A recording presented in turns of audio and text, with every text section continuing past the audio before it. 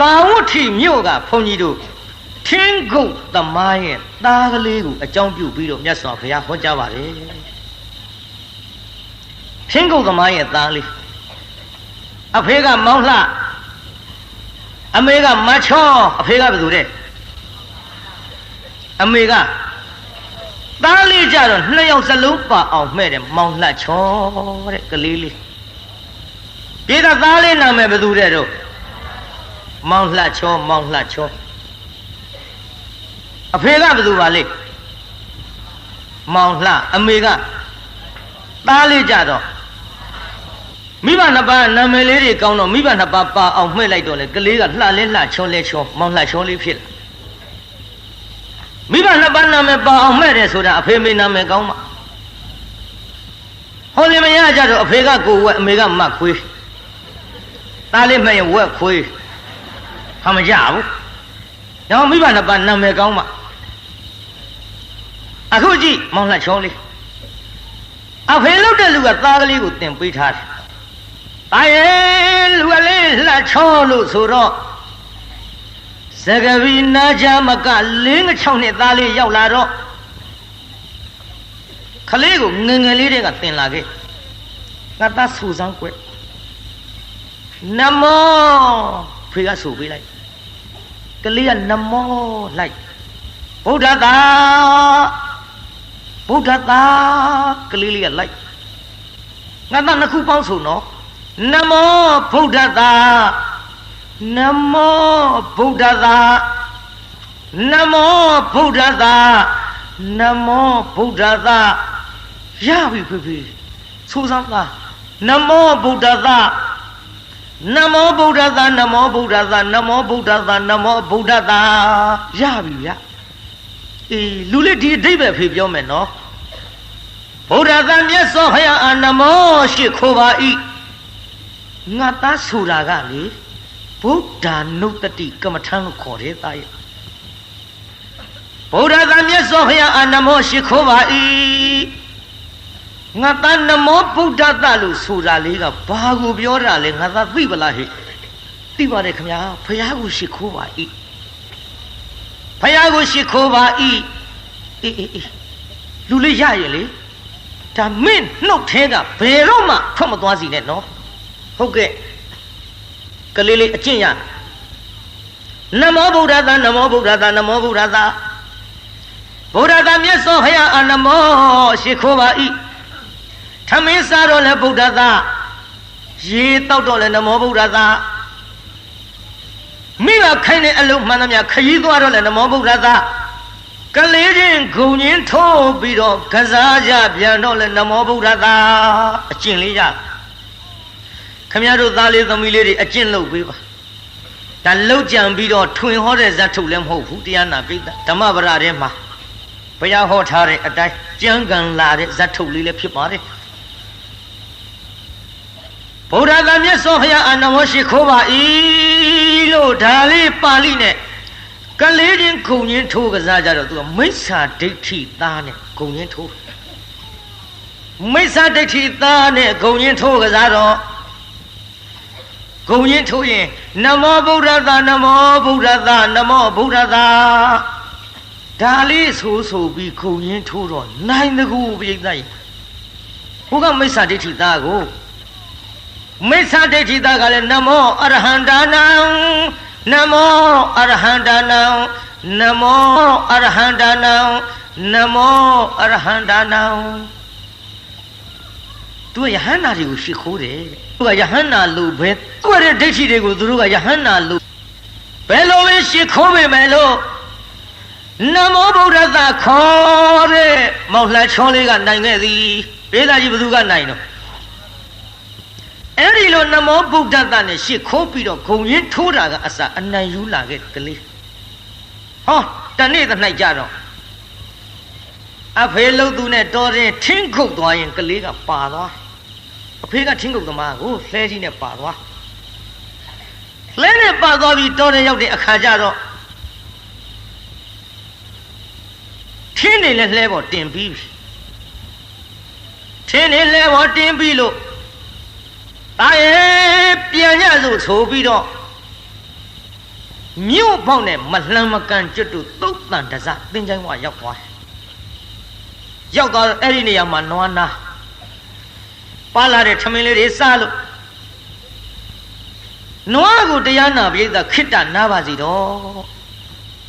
စားခြင်းနာစားပါစီတော့နာခြင်းနာနာပါစီတော့သွားခြင်းနဲ့နေရာသွားပါစေအောင်တော့တောင်လူလေသမားဆိုတာတချို့နွားသနာကြနွားနာပေးတယ်ခကြီးကို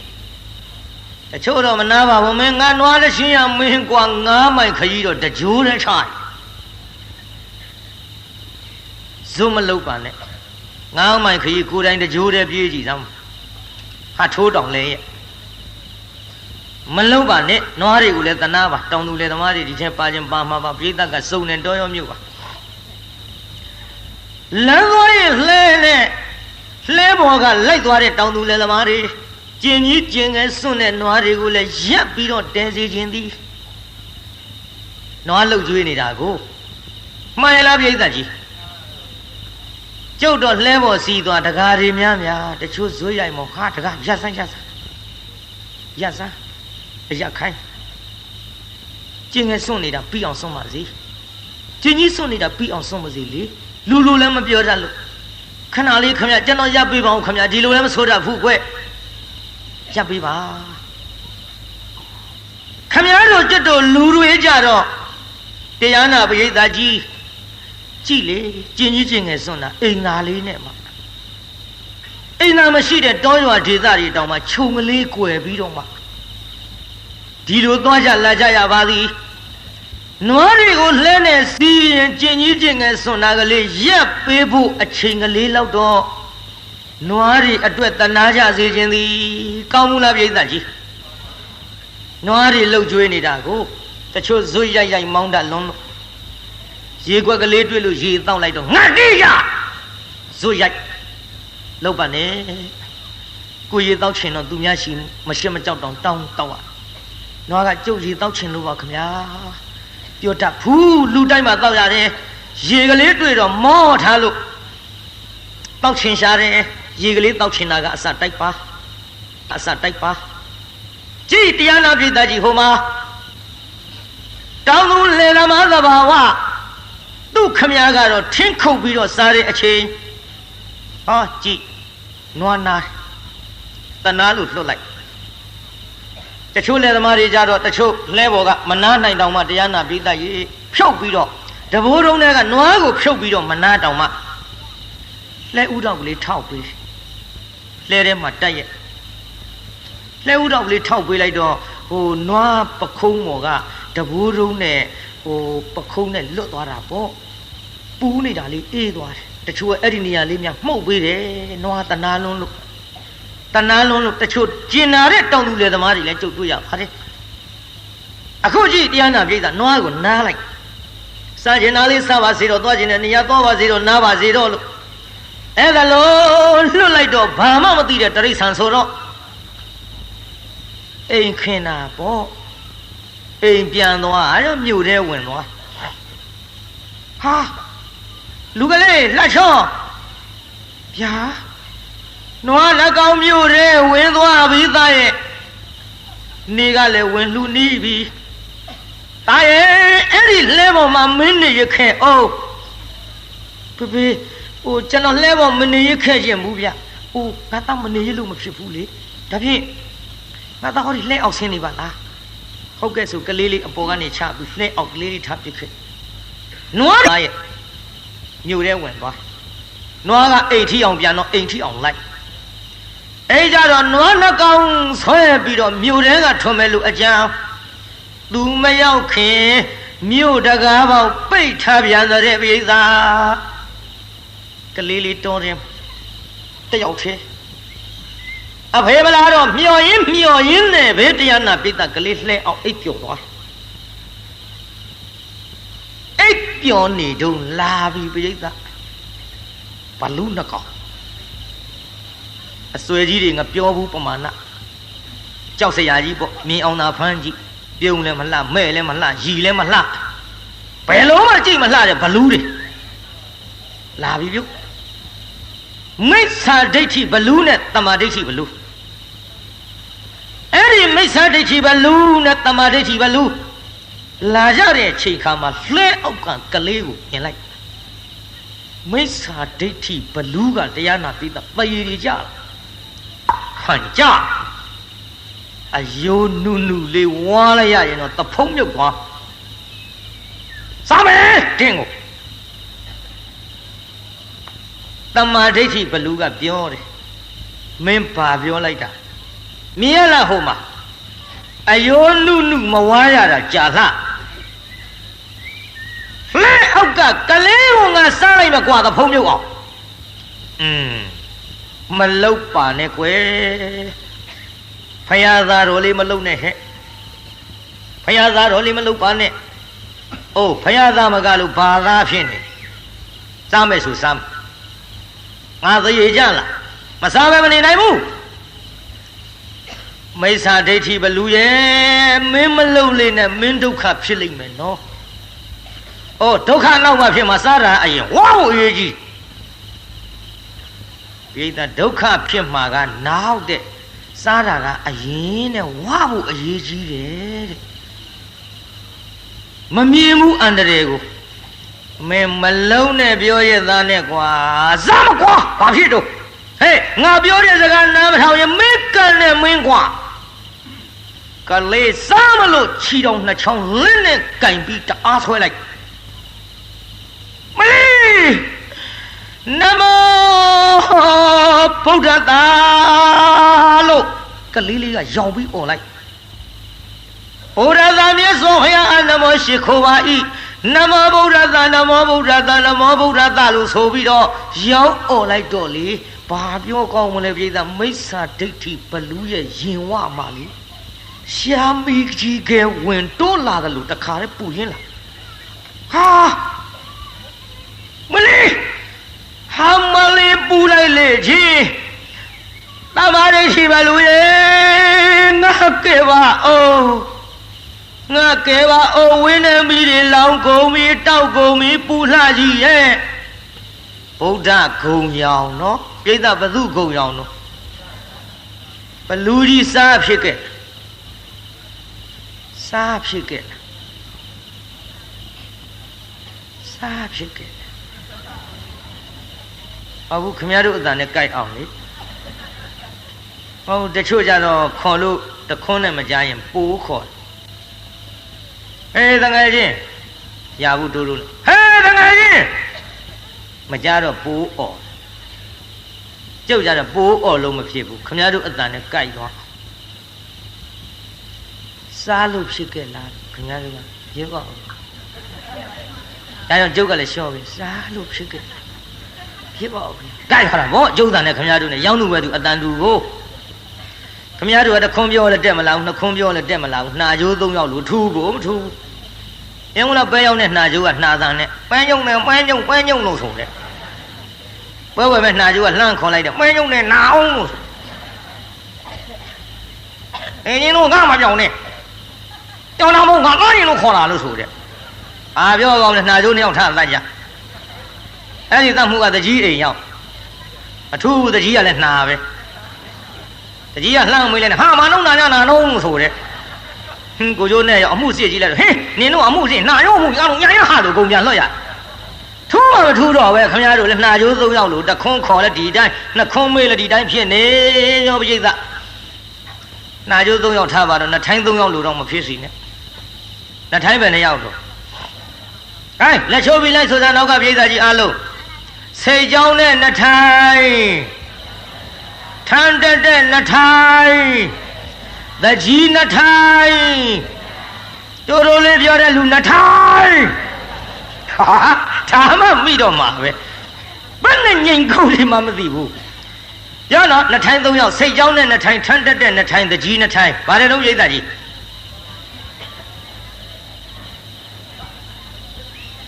တချို့ကလည်းသနှပ်ပြစ်တယ်ရှိကပြောထိုင်းရှိကမဆိုလို့ထိုင်းနဲ့ချားကဲထားပါတော့လေနှစ်ထိုင်း၃ယောက်စိတ်ကြောင်းနဲ့နှစ်ထိုင်းကစိတ်ကြောင်းရဲ့စိတ်တွေပြောင်းတော့ထမ်းမေမောကနှစ်ထိုင်းကိုလမ်းမေးပြောထမ်းမေမောကလူခမည်းကတော့အမြင့်ကနေလို့ကျုပ်စိတ်တွေမြင်မှာပါခမည်းမြင်ရင်လည်းညွန့်လိုက်ပါပြလိုက်စမ်းပါခမည်း မ်းမင်မောလည်းနဲ့ထိုင်းဆိုတော့ကြားချင်းရကြားတာပေါ့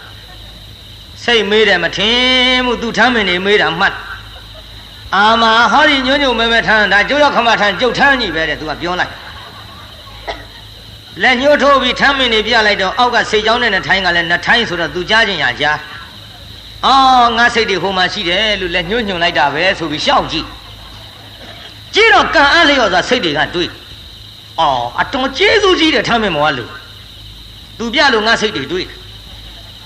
စိတ်ကြိုးလေးတကောင်တော့လက်ဆောင်ပေးတာကောင်းအကောင်းတော့ပေးလို့မဖြစ်ဘူးစိတ်ကြိုးလေးတကောင်လက်ဆောင်ပေးထမ်းမင်နာစိတ်ကြိုးလေးပွေသွားတယ်ရောထမ်းမင်မောကလူဆင်းငယ်တော့မှခင်ဗျခင်ဗျာပြလို့ကျုပ်စိတ်တွေတွေးလို့ကျေးဇူးကြီးပါတော့ကြောင့်ကျုပ်စိတ်ကြိုးလေးတကောင်လက်ဆောင်ပေးပါတယ်ခင်ဗျာလို့ထမ်းမင်ချင်ရင်ချလိုက်တော့စိတ်ကအကျိုးလေးဆိုတော့ပုံလဲသွားအဲ့ဒါထမ်းမင်မောကလူကသူ့ဆွဆွဲတယ်တဲ့အာခင်ဗျာကျုပ်မခေါ်နဲ့တဲ့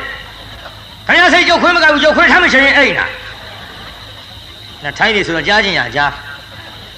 မလို့ခြင်းဘူးမလို့ပါနဲ့ဗျဆင်းနေစမ်းပါအော်ကြောက်ခွဲမကြိုက်ဘူးဆိုနေမဆင်းဘူးပြောချင်းရပြောကြားချင်းရကြားပြီးတော့ဆင်းနေစမ်းပါခမရဇွတ်ခေါ်တော့ခမရကြောက်ပါပြုလို့ဒီလောက်ထိအောင်ဆွဆွဲရတာတော့ဆိုဆင်းလာ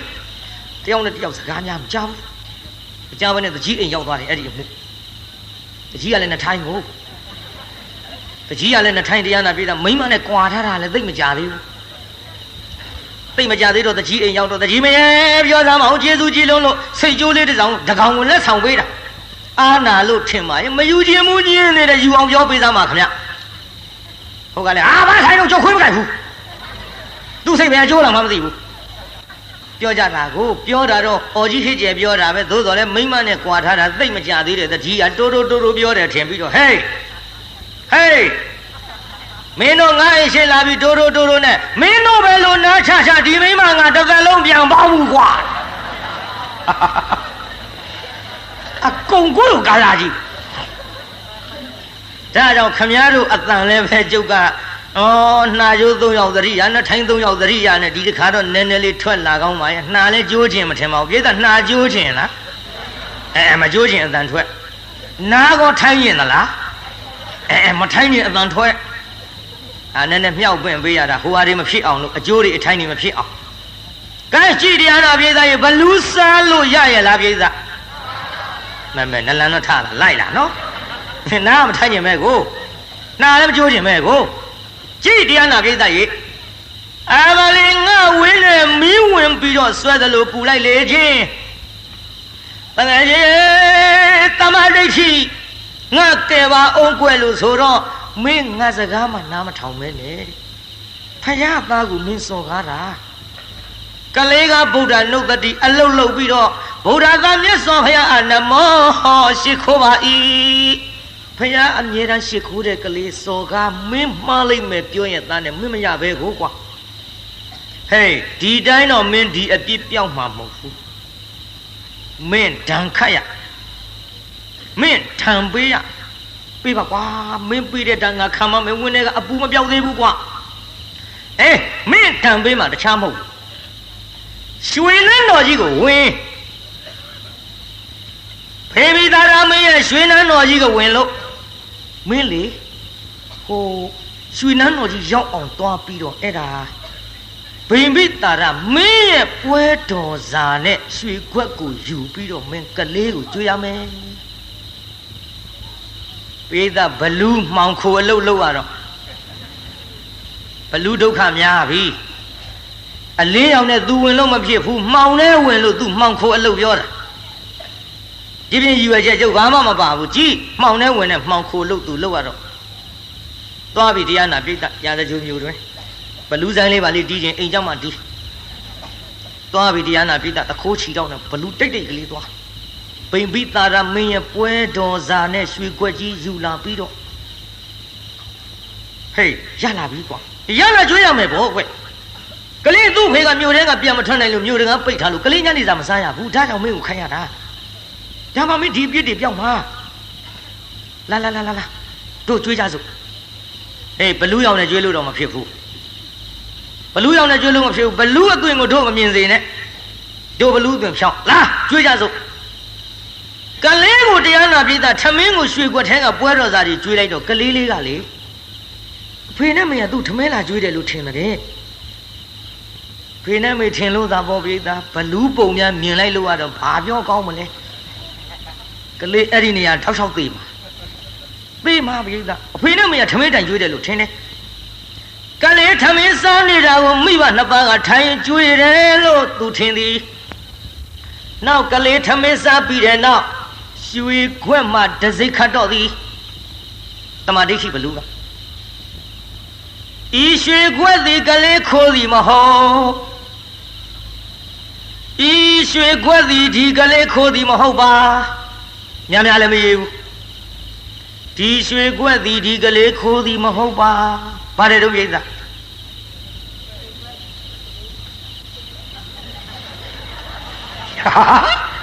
ဘယ်လိုမှကိုမြောက်လို့ပင်လို့မရအောင်ကြားနေပါပြီဒီရွှေခွက်သည်ဒီကလေးခိုးသည်မဟုတ်ပါဆိုကြည့်တာမှာဒါပဲရေးအဲ့ဒါလေးရေးပြီးတော့သမာဓိရှိဘလူကဤစာသည်ဘိမ္ပိသာရမင်းကြီးတယောက်သားလျင်မြင်ပါစေသာတပါးသောလူတွေဘယ်သူကြည့်ကြည့်အကန့်အတိပမာဏဒီစာမမြင်ကြပါစေကုန်သာအဋ္ဌာမိရွှေကွယ်ကြီးလှဲဖို့တင်ထားခဲ့မနေ့ကဘာပြောကောင်းမလဲပရိသတ်ကြီးနန်းတော်တဲ့ပွဲတော်စာဆက်မဲ့ရွှေကွက်ပြောက်ရောပွဲတော်စာဆက်မဲ့ရွှေကွက်ပြုတ်တယ်ဆိုတဲ့သတင်းဖြင့်ရွှေနေတော်ပေါက်ကြတော့ဟဲ့မင်းကြီးများဘုရားငါကိုရောမြတ်ကိုဆက်နေကြဖြစ်တော့ပွဲတော်စာနဲ့ရွှေကွက်ပြောက်တယ်လို့ကြားတယ်မှန်လားပါဗျာအဲဒီကိစ္စပွဲတော်စာနဲ့ရွှေကွက်ထွက်ပြီးတော့ရှာကြသွားယခုရှာကြ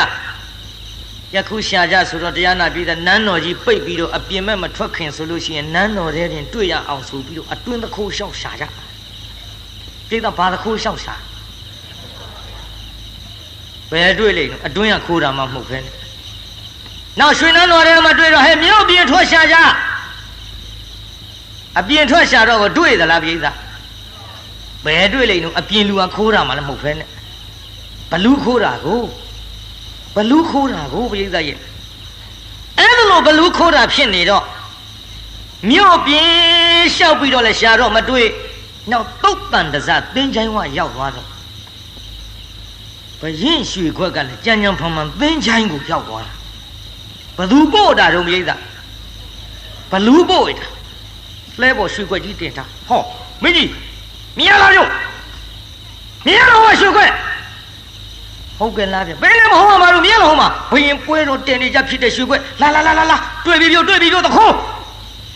ခိုးတွေ့ပြီဆိုပြီးလှဲပေါ်သွားကြည့်လိုက်တော့ရွှေခွက်တွေ့မြင်ရလားဒီအောက်မှာကလေးဟဲ့ကောင်ထားကွာချီတော့နဲ့ကန်နှိုးကလေးကနှိုးမျက်စိလေးပုတ်တာနမောဗုဒ္ဓသာနမောဗုဒ္ဓသာနမောဗုဒ္ဓသာဗုဒ္ဓသာမြတ်စွာဘုရားအနမောရှိခိုးပါ၏တခိုးအခုမှဖယားတလူဘာဝလို့ဘရင်ရွှေခွက်ခိုးပြီးမှအခုမှနမောဗုဒ္ဓသာလေးပါလေးနဲ့ဟဲ့ကောင်ထား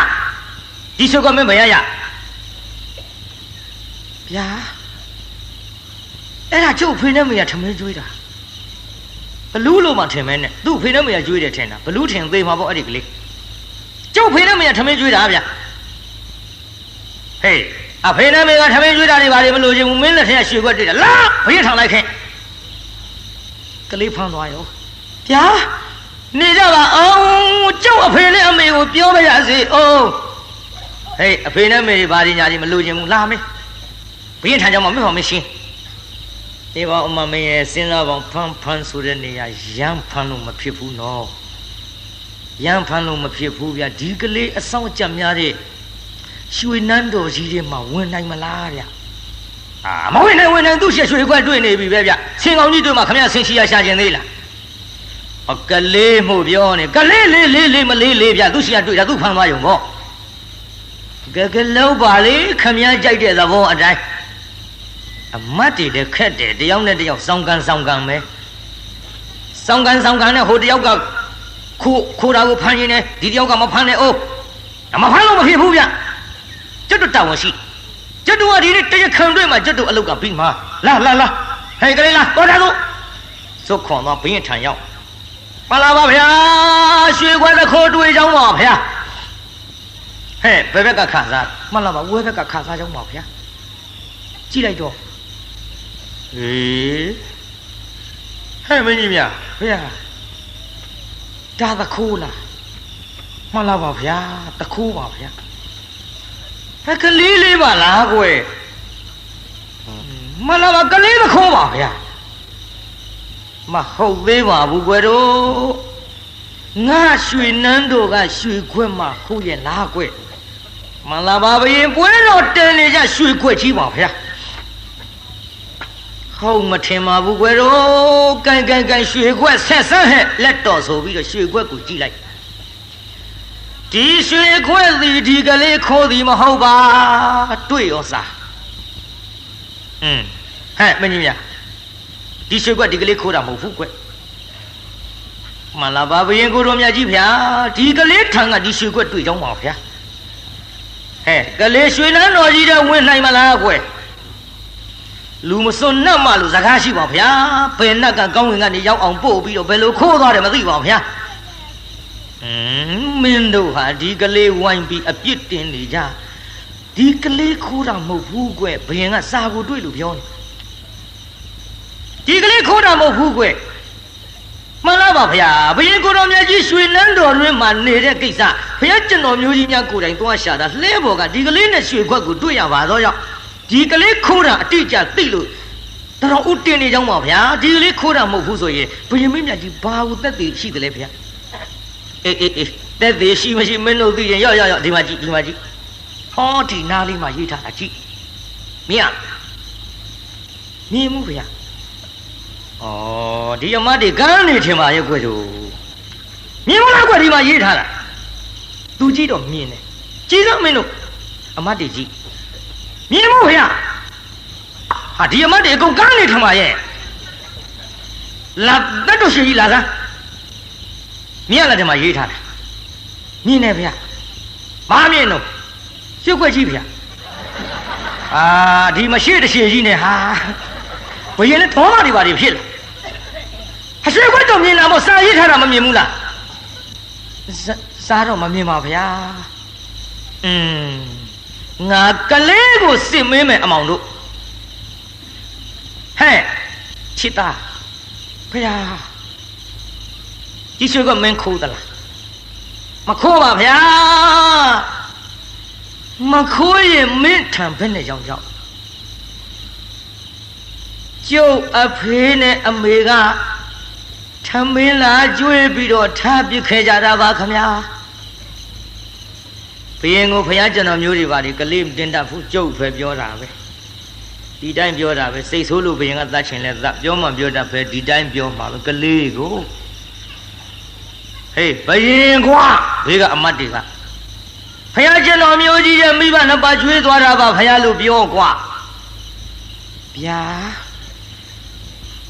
ကျုပ်ကကျုပ်လို့ပဲပြောတတ်တယ်ဗျာအမေလို့ပြောတတ်တယ်မဖြစ်ဘူးကဒါဘယင်ကွာဘယင်မေလေးကျုပ်ဖေတို့မေတို့ပြောတာလို့ပြောမှာပဲဗျာဒီကလေးတဲခန့်နေပါလားဒီတော့မှဘယင်မင်းမြတ်ကဟဲ့မင်းကြီးမြတ်ဘယ်နဲ့ကလေးသွားရန်လုံနေလို့ကွယ်ကလေးတော်ကသူ့စကားနဲ့သူပဲပြောမှာပေါ့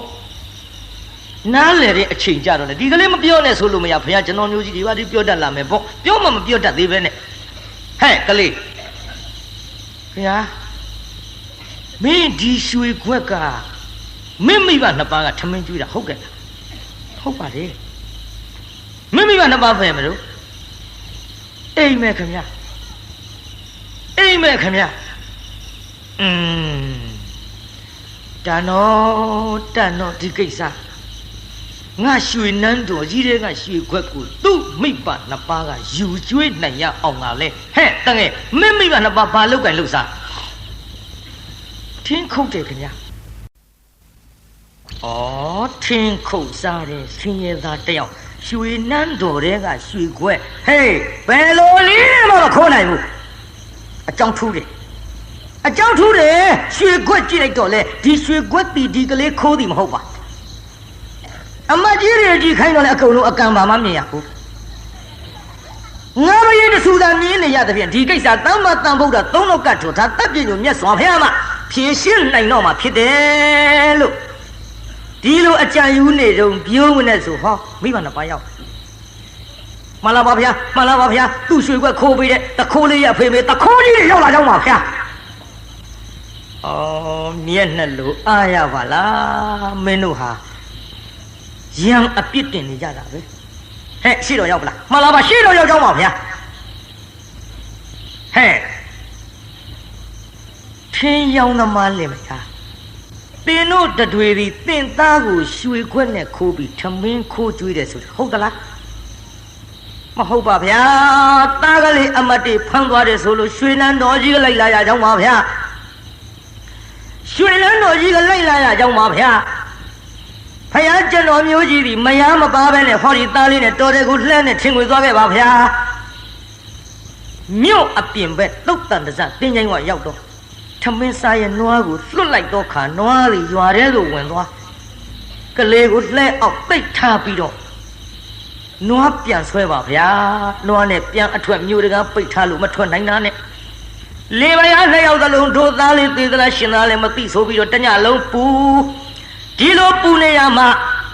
မနက်မိုးလင်းတော့ရွှေနန်းတော်တွေကရွှေခွက်နဲ့ပွဲတော်သာပျောက်တဲ့ဆိုပြီးရှောက်ရှာတဲ့သတင်းကြားသိရကြောင်းပါဗျာနောက်သားလေးကိုဖမ်းသွားတယ်ဆိုတာလေသိလို့လိုက်လာကြကြောင်းပါဗျာမှန်လားပါဗျာဖယားကျွန်တော်မျိုးကြီးပါရွှေနန်းတော်တဲ့အဆောင်ကြများတဲ့နေရာဘယ်လိုနည်းနဲ့မှမဝင်လဲမဝင်နိုင်ခိုးလဲမခိုးရကြောင်းပါဗျာအကျုံးဝိသေသအမတန်ထူးပါဗျာလို့တော်ဥတင်လိုက်တော့အေးငါထင်တဲ့အတိုင်းပဲဒီကိစ္စဒီတော့မင်းကြီးတယောက်ကတော်ဥတင်နေမှန်လားပါဗျာဒီကိစ္စအကြောင်းထူးနေပါဖြစ်မင်းဆရာရဲ့လို့ခန့်အပ်ထားတဲ့ပုံနှဖြူပုံနှညုံညမွေးတဲ့ကြောင်းပါဗျာဒီပုံသားတွေငါလားအမွေးခိုင်းနေလို့လောကအတုမရှိမှုနဲ့ထောထားတပ်ပြင်းလို့မျက်စွာဘုရားမှသာလေဒီကိစ္စအားလုံးရှင်းအောင်ဖြေကြတော့မှုနိုင်ပြီဖြစ်၍လာဘုရားကျောင်းတော်သွားမယ်ရွှေခွက်ကြီးကင်ပြီးဘုရားကျောင်းတော်သွားမျက်စွာဘုရားကျောင်းတော်ရောက်တဲ့အခါကျတော့မြတ်စွာဘုရားတဲ့ဘုရားတပည့်တော်ပွဲတော်တဲနေကြဖြစ်တဲ့ရွှေခွက်နဲ့ပွဲတော်သာပျောက်ဆုံးသွားသောအခါလိုက်ပြီးတော့ရှာလိုက်တာဟောဒီကလေးအိတ်နေသောလှဲဘော်ကတွေ့ကြကြောင်းပါဗျာဟဲ့တကားတော့ဒီရွှေခွက်သည်ဒီကလေးခိုးသည်မဟုတ်ပါဘုရင်ကြီးအားပင့်သွားတယ်ဘုရင်ကြီးအားပင့်သွားတယ်ပင့်ရောဘောသူကရွှေခွက်ကြည့်ထားတာဒီရွှေခွက်သည်ဒီကလေးခိုးသည်မဟုတ်ပါဆိုပြီးတော့ဘလူးခန့်တဲ့စာကိုဘုရင်ကြီးကသိထားတယ်မြတ်စွာဘုရားကမကြည့်သေးပဲနဲ့ဒီရွှေခွက်သည်ဒီကလေးခိုးသည်မဟုတ်ပါလို့မိန့်တော်မူနေတယ်။ဒါကြောင့်တကယ်သိတော်မူတဲ့ဘုရားမို့ခင်ဗျားတို့တို့လည်းအားထားနေရတာပေါ့အားထားနေရတာပေါ့ပြိဿဟာဘေးကလိုက်လာလိုက်တဲ့အမတ်တွေကလည်းဟေးတို့ဘုရင်ကြီးပြောတဲ့စာအတိုင်းဘုရားကိုယ်တော်မြတ်မိန့်တော်မူနေပြီကွာဟာဘုရားသိပြီးတော့လားကွာဟိုတုန်းကလူတွေမှုပေါ့ခုခေတ်လူတွေလို့ဆိုအခက်ပဲမင်းဘုရားတကူနဲ့ကြွပြီးနန်းတော်ထဲဝင်ပြီးတော့ဒီရွှေခွက်ကြီးဘယ်လိုလုပ်ကလေးထံဘယ်လိုပို့ထားမှမသိပဲနဲ့လှုပ်ချင်လှုပ်နေမှာနော်ခုခေတ်ဒီလိုမလှုပ်ဘူးလည်းမအောင်မိနဲ့ဒါပေမဲ့လို့လေဗုဒ္ဓတရားကိုလေးစားတဲ့မြန်မာလူမျိုးတိုင်းဒီခဲ့သို့အကြံဉာဏ်မျိုးမရှိကြတော့လေဗုဒ္ဓဂေါရမကိုတရားနာပြိဿမလေးမစားနဲ့ဖယားဆိုတာဒီပင်လည်းမယုံကြည်တဲ့ပုဂ္ဂိုလ်များအတွက်ကိုကျုပ်ရည်ညွှန်းပြီးတော့ပြောပါတယ်ကျုပ်တို့ကိုးကွယ်နေကြတဲ့ပုဂ္ဂိုလ်များသိပြီးသားပုဂ္ဂိုလ်တွေကဒီကြံမရှိပါဘူးနောက်ဘုရားကိုယ်တော်မြတ်ကတကားတော့တိရွှေခွက်ဒီကလေးခိုးတာမဟုတ်ဘူးမှန်လားပါအမိတ်ရှိတော်မူပါဘုရားလို့ဆိုတော့မှဘုရားကိုယ်တော်မြတ်ကတကားတော်ဘိဝိသားရဟောဒီကလေးစီသူ့အဖေနဲ့တော်တဲ့ထင်ခွေသွားတဲ့အချိန်ခါမှာဆိုပြီးတော့ကျုပ်ရှိကဟောခဲ့တဲ့အတိုင်းဇတ်ကြောင်းဘုရားအကုန်ပြန်ဟောသမာဓိဋ္ဌိမိစ္ဆာဒိဋ္ဌိဘလူနှစ်ယောက်မိစ္ဆာဒိဋ္ဌိဘလူစားမလို့ဆွဲတဲ့အချိန်ခါမှာရင်ဝမီးဝင်ဆွဲတယ်လို့ပူလို့သမာဓိဋ္ဌိကဒဏ်ခတ်ပြီးတော့မင်းပွဲတော်စာနဲ့ဆက်ရမယ်ဆိုလို့ဒီရွှေခွက်ကဟဲ့တကားတော်ဘိဝိသားရကလေးကိုပြစ်မှားတဲ့ငါဤသားတော်လေးကိုပြစ်မှားတဲ့မိစ္ဆာဒိဋ္ဌိဘလူးကတင်နန်းတော်ထဲဝင်ပြီးတော့ရွှေခွက်နဲ့ပွဲတော်သာခိုးတာတဲ့ အဲ့ဒီရွှေခွက်မှာရေးထားတဲ့ဒီရွှေခွက်ဒီကလေးခိုးစီဘုရားဆိုတာတမာဒိဋ္ဌိဘလူကတစိခတ်တာဘေမိသားရမင်းသားမြင်ပါစေဘသူမှမမြင်ပါစေတည်းလို့တစိခတ်တာဘုရားဒီလိုမိတ်လိုက်တော့အမတ်တရပြုံးလာတယ်ကဲကွာအဋိဋ္ဌံတို့ဘယင်ကြီးကဒါများတို့အမတ်တွေအကုန်ကန်းတယ်မြင်ပါလေကွာဘုရားမရှိတော့မှအဋိဋ္ဌံလို့တယ်ကွာဘယင်ကလည်းဘသူမှမမြင်ရဘူးတဲ့အဲ့ဒီလိုမြတ်စွာဘုရားကမိန့်တော်မူပြီးတော့ကမှငါဤသားတော်ကလေးစီအိတ်နေတော်လဲပဲငါဤဗုဒ္ဓနုတ္တိဘုရားကိုတရိယာခြင်းနဲ့အောက်မေ့ဆင်ခြင်ပြီးတော့နေပါသဖြင့်အမြဲတမ်းနိုးကြနေသည်မြည်တကွယ်လို့သောတာဗုဒ္ဓံပဗုဇံတိသရခောရမသာဝကယေတံဒီဝါစာရတောသနေသံဗုဒ္ဓကတာတတိယေတကျင်းသူတို့အဒီဝါစာနေ၌၎င်းရတောစညင်အခါ၌၎င်းနေဆံအမြင့်မပြဗုဒ္ဓကတာဘုရားကုံကိုအာယုံပြု၍ဖြစ်သောတတိအောက်မေခြင်းတတိသည်အဋ္ဌိရှိ၏ဂေါရမသာဝကဂေါရမနွယ်ဝါမြတ်စွာဘုရား၏တရားနာယတတိသာဝကဖြစ်ကုန်သောတေထိုသူတို့သည်တရအခါခသိပုပ္ပဗုဒ္ဓအိတ်နေတော်လဲကောင်းစွာနိုးခြင်းကိုပဗုဇံတိနိုးကြကြလေကုန်တော်သာရီ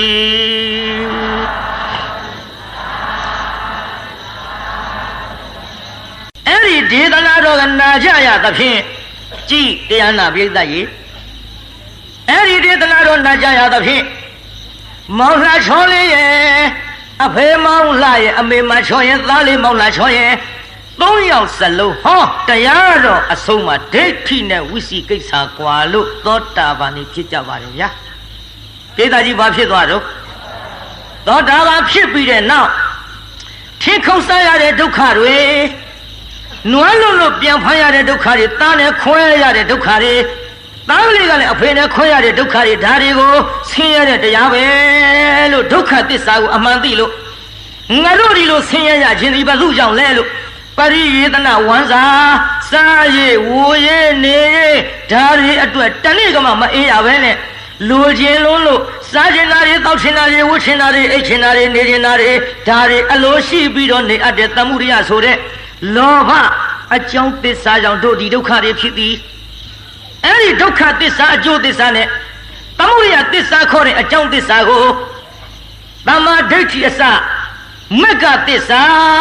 လို့မဲ့နဲ့ဆက်လို့တခါတည်းသူတို့ဒုက္ခတွေပြတ်ပြီးတော့ဟောအရဟတဖို့ပေါင်းယဟန်ပြုတ်ပြီးတော့အာသဝကုန်ခန်းလို့ယဟန္တာကြီးတွေဖြစ်၍မက္ကသစ္စာကိုပွားများပြီးတော့လောကီသစ္စာနှစ်ပါးကိုတတ်၍និရောဓသစ္စာဆိုတဲ့နိဗ္ဗာန်ကိုသာမိသဖသုံးယောက်စလုံးအာသဝကုန်ခန်းယဟန္တာဖြစ်၍မြဲမောက်ပြုကြရလေကုန်တော်သာရီ